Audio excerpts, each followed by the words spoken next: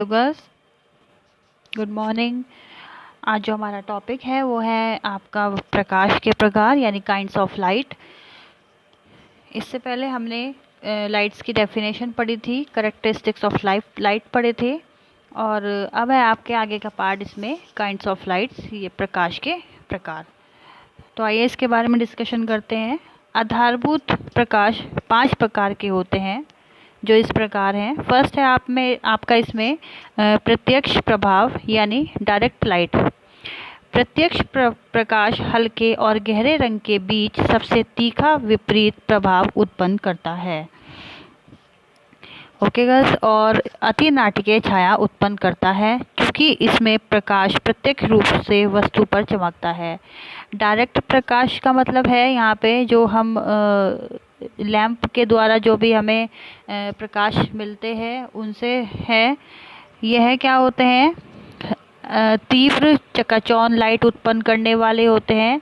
यदि परावर्ती बल्ब यानी reflector bulb का उपयोग किया जाता है तो यह चकाचौंध कम हो जाती है। आजकल मार्केट में आपने देखा होगा इस तरीके की लाइट आ रही हैं जो ज़्यादा चकाचौंध वाली नहीं है, जो आंखों में नहीं चुभती हैं, तो उन्हें हम बोलते हैं रिफ्लेक्टर बल्ब। और ये ज़्यादा जो चकाचौंध होती है लाइट की उसको कम कर देती है, जिससे कि प्रकाश हमारी आंखों में नहीं लगता है। आगे की ओर झुके हुए लैंप को हम क्या कहते हैं? गूसनेक लैंप्स कहते हैं। और ट्रैक प्रकाश यानी ट्रैक लाइटिंग प्रत्यक्ष प्रकाश का उदाहरण है। ये जो ट्रैक लाइटिंग से मतलब है जब हम किसी लाइट को ट्रैक करते हैं, मतलब जो लैंप वाली लाइट होती है वो एक पर्टिकुलर चीज़ के ऊपर ही पड़ती है। जैसे बच्चे पढ़ने के लिए यूज़ करते हैं नाइट बल्ब का या नाइट लैंप्स का या लैंप का, तो वो लाइट जो होती है आपकी एक प्रत्यक्ष एरिया में ही पड़ती है जहाँ उनकी ज़रूरत होती है। फिर है नीचे की ओर प्रत्यक्ष रूप पे प्रकाश व्यवस्था उत्पन्न करने से प्रत्यक्ष प्रकाश उत्पन्न होता है। मान लिया आपका बल्ब है कोई, उसका झुकाव नीचे की तरफ है तो वो नीचे की ओर ही लाइट उत्पन्न करेगा, ना कि ऊपर की ओर जो आपकी छत है उधर की तरफ। इस प्रकार की प्रकाश व्यवस्था पौधों के समूह को या किसी मूर्ति को महत्व देने के लिए की जाती है। गर्ल्स, कभी कभी देखा होगा आपने मार्केट में इस तरीके की डेकोरेटिव आइटम्स हैं जो कि किसी मूर्ति के ऊपर इस प्रकार के लैंप यूज़ किए जाते हैं, पढ़ाई में भी किए जाते हैं, और या फिर कोई ऐसा प्लांट है जिसको सेंटर पॉइंट देने के लिए इस प्रकार के जो प्रकाश है उनकी यूज़ किए जाते हैं, जिससे कि व्यक्ति का अट्रैक्शन उस एक पॉइंट पर ही रहे। यदि परावर्ती बल्ब का उपयोग किया जाता है तो पढ़ने या अन्य किसी कार्य के लिए इस प्रकार के प्रकाश की व्यवस्था की जाती है। जब हम पढ़ने के लिए लाइट्स का यूज़ करते हैं या इन लैंप्स का यूज़ करते हैं तो क्या होता है, जो एक लाइट होती है उनका बल्ब चेंज कर देते हैं जिससे कि आंखों पर वो ना लगे, और जो है यानी परावर्ती बल्ब मतलब जो रिफ्लेक्टर लाइट होती हैं उनका यूज़ करते हैं जिससे कि आँखों में वो लाइट्स को ना चुभ पाए बच्चों पर। नीचे की ओर प्रकाश व्यवस्था यानी डाउन लाइट सामान्यतः वहाँ लगाई जाती हैं जहाँ आपकी सामान्यतः फानूस लगाया जाता है, जिसमें मेज पर या मेज के ऊपर की व्यवस्था पर प्रकाश उत्पन्न हो जाता है। किंतु ऐसे स्थानों पर अतिरिक्त प्रकाश व्यवस्था 1 सेकेंड गर्ल्स उत्पन्न हो जाता है आपका, किंतु ऐसे स्थानों पर अतिरिक्त प्रकाश व्यवस्था की भी आवश्यकता होती है। कुछ लटकाने वाले लैंप यानी हैंगिंग लैंप जो है आपका नीचे की प्रकाश व्यवस्था के साथ अतिरिक्त प्रकाश व्यवस्था भी करते हैं। गर्ल्स देखिए, जो ये वाले लैंप होते हैं तो जो नीचे की ओर जो भी प्रत्यक्ष प्रभाव उत्पन्न करते हैं, जो भी बच्चों के अगर पढ़ाई के लिए यूज़ किए जा रहे हैं तो उनमें लाइट चेंज हो जाती हैं, सिर्फ उसमें रिफ्लेक्टर लाइट का यूज़ करते हैं जो कि आंखों पे नहीं चुभती है। और नीचे की ओर जो प्रकाश व्यवस्था है डाउन लाइट वहाँ पे लगाई जाती है जहाँ कहीं फानूस लगाया जाता है, जैसे आपका सेंटर टेबल हो गई या फिर मेज के ऊपर कोई ऐसे डेकोरेशन कर रहे हैं, कोई बर्थडे पार्टी है, कोई सेलिब्रेशन है, तो इस तरीके के लैंप का यूज़ किया जाता है बीच में सेंटर पॉइंट पे जहाँ पे प्रकाश उत्पन्न होता है।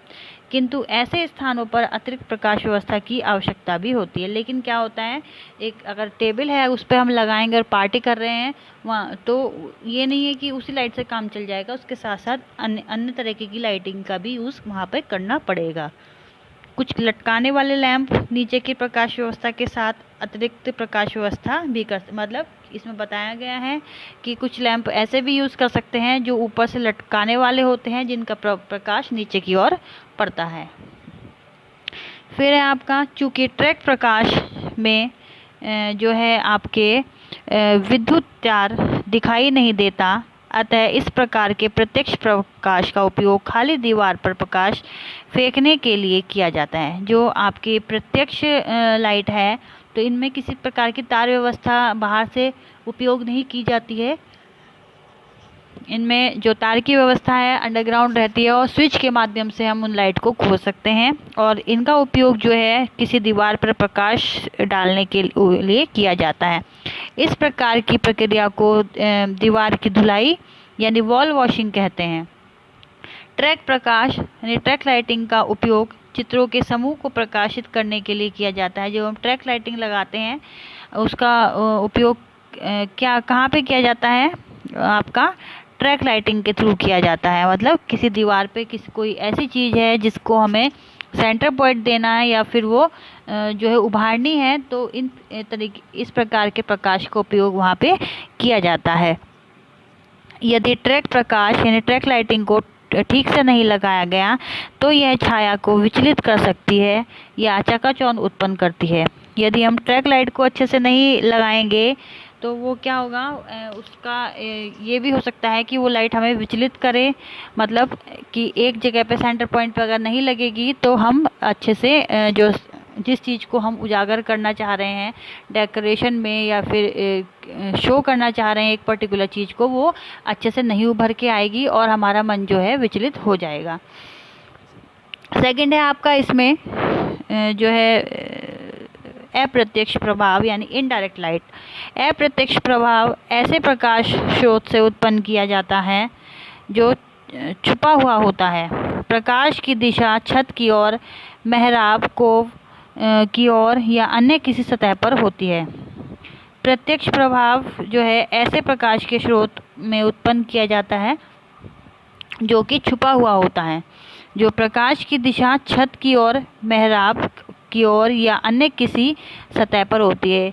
कुछ नाइट लैंप आपने ऐसे देखे होंगे जो कि एक सीधे होते हैं और उसमें जो है ऊपर की ओर थोड़ा सा खुला स्पेस होता है और नीचे की ओर भी होता है, तो उन्हें कहते हैं मेहराब यानी कोव, जहाँ से परिवर्तित होकर कमरे की ओर लौटती है। यानी जो उसमें से लाइट निकलती हैं वो परिवर्तित होकर पूरे कमरे की ओर में फैल जाती है। अप्रत्यक्ष प्रकाश सामान्य किसी प्रकाश की छाया उत्पन्न नहीं करता है। यह सामान्य प्रकाश हेतु आदर्श है। मतलब जो नाइट लैंप होते हैं इस तरीके के, तो वो क्या होते हैं, ये किसी प्रकार की भी छाया उत्पन्न नहीं करते हैं और एक आदर्श लैंप के रूप में उजागर होते हैं। यह सामान्य जो प्रकाश हेतु आदर्श होता है। यद्यपि इसे अकेले उपयोग में लाया जाए तो यह सादा और अरुचिप्रद लगता है। ये अगर हम इसे एक ही उसमें रखेंगे, मतलब ज़्यादा उसको इसके साथ में और डेकोरेटिव लाइट इस्तेमाल नहीं करेंगे तो ये थोड़ा सा बोर लगने लगता है, अरुचिप्रद लगने लगता है। अप्रत्यक्ष प्रकाश को जब हम छत आपका जो है छत होती है, जो जैसे 1 सेकेंड गर्ल्स, हाँ जी, अप्रत्यक्ष प्रकाश जो है सामान्यतः किसी प्रकार की छाया उत्पन्न, यह सामान्यतः प्रकाश हेतु आदर्श है। यद्यपि इसे अकेले उपयोग में लाया जाए तो यह सादा और अरुचिप्रद लगता है। अप्रत्यक्ष प्रकाश को जब छत से नीचे की ओर परिवर्तित किया जाता है तो दृष्टिगत प्रकाश से छत की ऊंचाई में वृद्धि हो जाती है। अगर हम इस लैंप को इस तरीके से रखेंगे कि इसका प्रकाश जो है ऊपर छत पे भी पड़े और नीचे भी पड़े, तो क्या होगा, जो छत की ऊंचाई है वो हमें ऐसे लगेगी जैसे कि वो बढ़ गई है। फिर थर्ड है आपका गर्ल्स इसमें